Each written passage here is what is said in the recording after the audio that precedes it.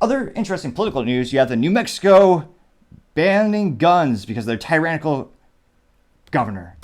And she attempts to explain. So this is someone who is both mentally, morally vacuous, to say the least, considering our country is founded by the Second Amendment, by the right to bear arms.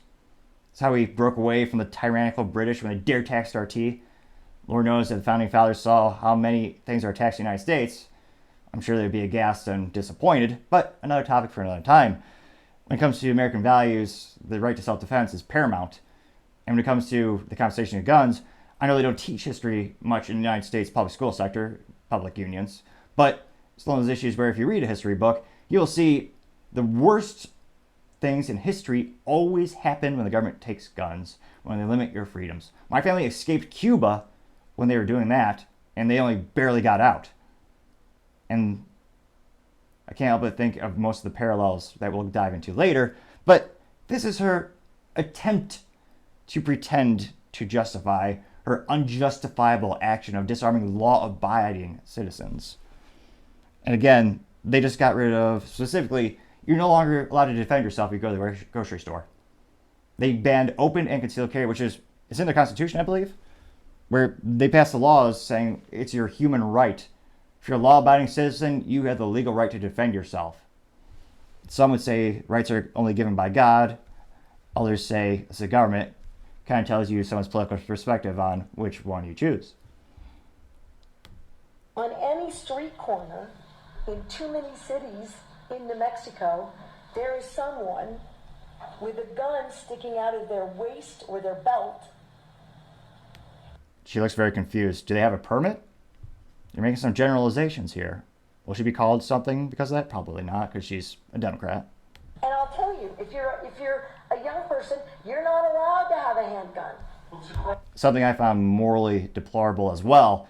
If you're 18, and depends on what your definition is, if you're 18, you can vote for this country, you could die for your country, you should be able to buy a handgun.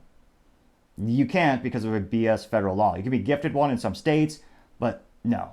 You can die for your country, but you can't buy booze. You can vote, but you can't buy booze or buy a pistol. Ridiculous in terms of my ideals, politically speaking. There needs to be one age, whether it's 21 for everything or 26 to be a legal adult. Now they're happening because, interestingly enough, they want 16-year-olds to vote, which is ridiculous beyond all belief. You're not mature enough to know what the hell's going on at that time at all. But we'll get back to her insanity. I got it, but we won't be able to arrest all of them. So imagine, just in a perfect world, if this was upheld, it gives all of these police officers the ability to focus on the real criminals. Last follow-up. Yeah.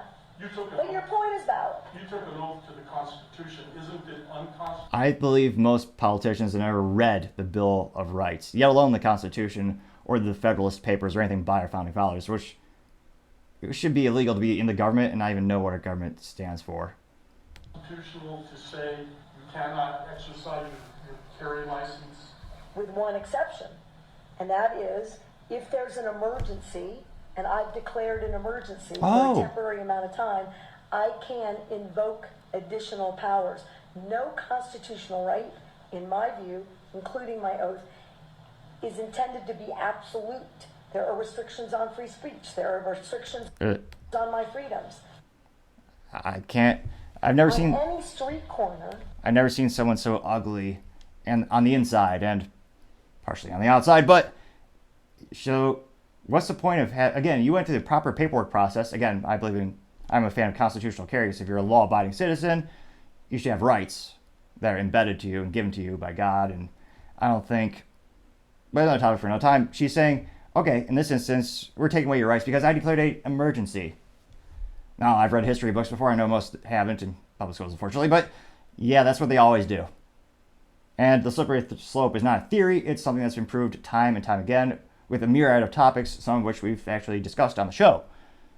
So you have people who, in this case, actually got a concealed carry permit, which usually entails some type of training as well as aptitude test, as well as being a law-abiding citizen. And she's saying, oh yeah, we don't care anymore. You don't have rights. You can't defend yourself and your family if you go to the store or go to the park. The bad guys can, because they're going to always be strapped, so to say. I'm surprised this isn't happening in California. So she's saying, oh yeah, basically we don't care about your rights because we're calling a health emergency. Disgusting. Morally vacuous, to say the least. And thankfully, in terms of public getting ahead of it or realizing this is evil, you did see this posted by Joshua Smith on the Twitter getting 3.2 million views in 2 days and 15,000 likes.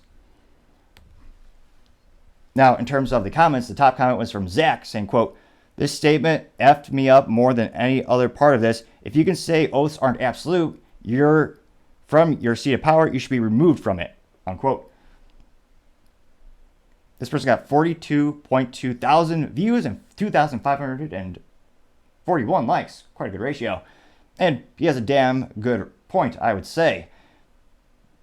What point are your rights if they can just declare an emergency? Oh yeah, it's emergency. Yeah. And you've seen the government do this several times before. Just at a whim. Politicians, they've all done this. It's like, oh yeah, it's an emergency. Now screw your rights. Excuse me? That's disgusting, to say the least. And concerning. If people read history, they would be concerned more. Ridiculous beyond all belief. Which is yet another reason to be politically active. You may not, a wise man once said, you might not care about politics, but the politics care about you. So if you live in New Mexico, you should fervently try to recall her. You should vote for someone else. Rally people to vote for someone. And I can't imagine having your rights taken away where you can't defend your family if you're out and about. How disgusting is that? Especially for the people that they even went through the extra process, which I don't believe you should have to do. But they went through the process. They did the work you wanted to get the permit. But no, she just want to take your... I can't help but notice there's certain political people who just want to take your rights away. And these are the same people who say, are you sure you want to be on the wrong side of history? No. I could confidently say my political views and the ones that I espouse, and the things I hold dear to my heart, I know they're the right views. I know what our country is founded on. I'm on the side of the people who founded the country. So I don't just believe I'm right. I know I'm right in that regard. Let me know in the comments, would you move away from that state like that? Because again, it happened once. She did this once, she's going to do it again and again and again until you have no rights at all. But back to the comments. You have Thang saying, quote, "Remove her immediately," unquote. Now that person got 19.2 thousand views and 559 likes, giving a ratio of 2.91%. Now you also have somebody named Patrick J. Boyley saying, quote, "All," and again they quoted the U.S. Constitution, "the best document written," and the Bill of Rights, "the best documents written in history, bar none." Actually, no. Depending on who you talk to in their belief system, second only to the Ten Commandments, they would say. Now, this person quoted saying, quote, "All laws which are repugnant to the Constitution are null and void." Marbury versus Madison, 5 U.S. 2 Crunch, 137, 174, 176, 1803, which is a reference to that subsequent ruling. And it got 12.4 thousand views and 735 likes, giving a ratio of 6.93%. Pretty darn good, I'd say so myself. So it's one of those things where if you're in New Mexico, immediately vote and file the paperwork to possibly recall this elected official. And if that's not possible, you should be out there, get politically active yourself. Go vote, and go, heck, if you're politically ambitious, or if you're just, never forget, some of the greatest men in history, a wise man once said, in terms of leadership and who rises, sometimes it's the people who do not go out wanting to wear the throne, but rather they have it thrust upon them and find that it fits well. Unquote. And I know I'm butchering that quote, but rudimentarily speaking, I'm saying perhaps you don't even realize you'd be good in the position, but maybe you might be a good politician if there is such a thing. I like to think there is. There's maybe 2 or 3 which I believe are good. But I do really hope people get their rights back and do the appropriate actions so that they can defend themselves and their family when they're out and about. Because certain rights are absolute. And you should not be able to just remove rights at a whim, calling an emergency.